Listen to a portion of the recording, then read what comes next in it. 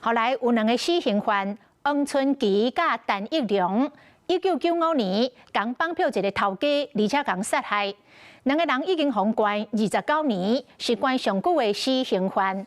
即摆因为宪法法庭认定掠人卡油杀人罪唯一死刑这种的法条违反着宪法，所以检察总长提出着非常的上诉，所以2个人又搁得到暂慢枪杀的机会。是在家属气挫挫做回枪我来。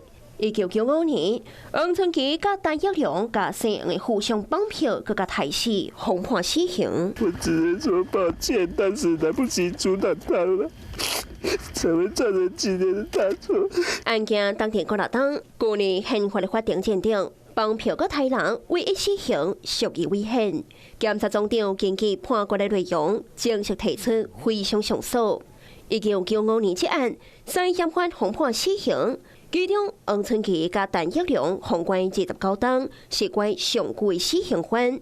2025年，搁再提起非常上诉。